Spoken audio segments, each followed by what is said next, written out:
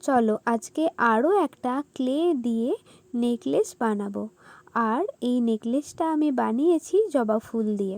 আসলে আমি ভেবেছিলাম আমাদের বাড়িতে বেশিরভাগ যে সমস্ত ফুলগুলো দেখা যায় সেই সমস্ত ফুলগুলো দিয়েই আমি একটা করে নেকলেস বানাবো।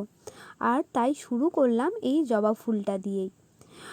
আসলে জবা ফুলের তো নানা রকম কালার হয়, কিন্তু বেশিরভাগ ক্ষেত্রে আমরা লাল জবাটাই রেখে থাকি।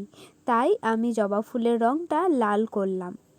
ক্লে দিয়ে আমি এই প্রথমবার জবা ফুলটি বানিয়েছি, তাই ভুল ত্রুটি সব মার্জনীয়। এই তো জবা ফুলের রং হয়ে গেছে।